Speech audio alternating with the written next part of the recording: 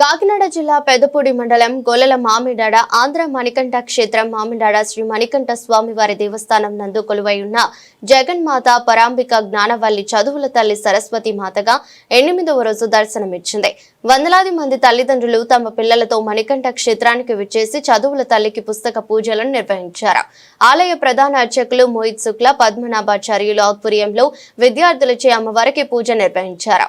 అనంతరం విద్యార్థులకు భక్తులకు మణికంఠ స్వామివారి ఆలయ అభివృద్ధి కమిటీ ఆధ్వర్యంలో పుస్తకాలు పెన్నులు ఉచితంగా అందజేశారు. సరస్వతి లేహ్యము కలిపిన ఆవు పాలను ప్రసాదములను భక్తులకు అందజేశారు.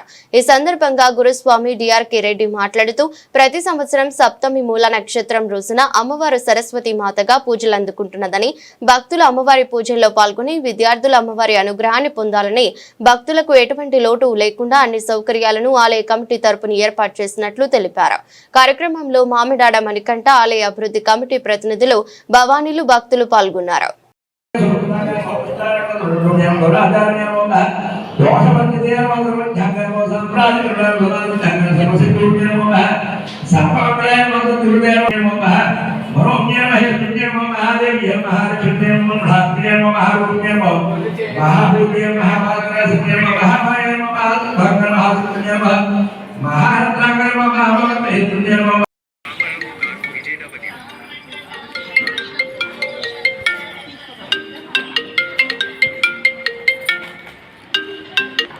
హలో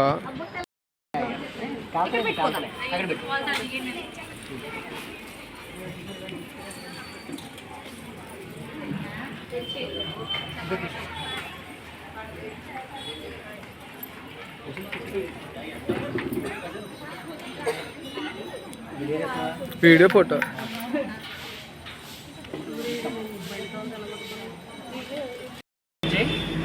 ఈరోజు గొల్లల మామిడాడ శ్రీ మణికంఠ స్వామివారి దేవస్థానంలో కొలువైనటువంటి జగన్మాత కనకదుర్గ అమ్మవారు సప్తమి మూల నక్షత్రం రోజున సరస్వతీదేవి మాతగా అలంకారం చేయడం జరిగింది.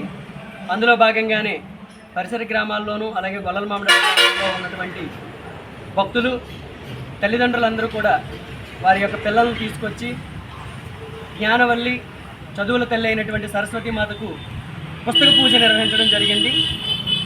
ఆలయ ప్రధానార్చకులు మోహిత్ శుక్ల మరియు పద్మనాభాచార్య ఆధ్వర్యంలో విద్యార్థులందరికీ కూడా పెన్ను మరియు పుస్తకాలతో ఈ అర్చన చేయించడం జరిగింది. అనంతరము కూడా శ్రీ మామిడాడ మణికంఠ స్వామి ఆలయ అభివృద్ధి కమిటీ తరపున ప్రతి ఒక్కరికి కూడా ఉచితంగా పెన్నులు, పుస్తకాలు అలాగే సరస్వతి లేహ్యం కలిపినటువంటి ఆవు పాలను కూడా విద్యార్థులందరికీ కూడా అందజేయడం జరిగింది. అలాగే గ్రామంలో గ్రామదేవతగా విరాజిల్లుతున్నటువంటి శ్రీ నేరేళమ్మ నూకలమ్మ ఆలయంలో కూడా పుస్తక పూజ నిర్వహించడం. శివారు సూర్యనారాయణపురంలో వెంకటేశ్వర స్వామి ఆలయంలో వేయించేసి ఉన్నటువంటి సరస్వతీమాత ఆలయంలో కూడా ఈ యొక్క పూజలు నిర్వహించడం జరిగింది.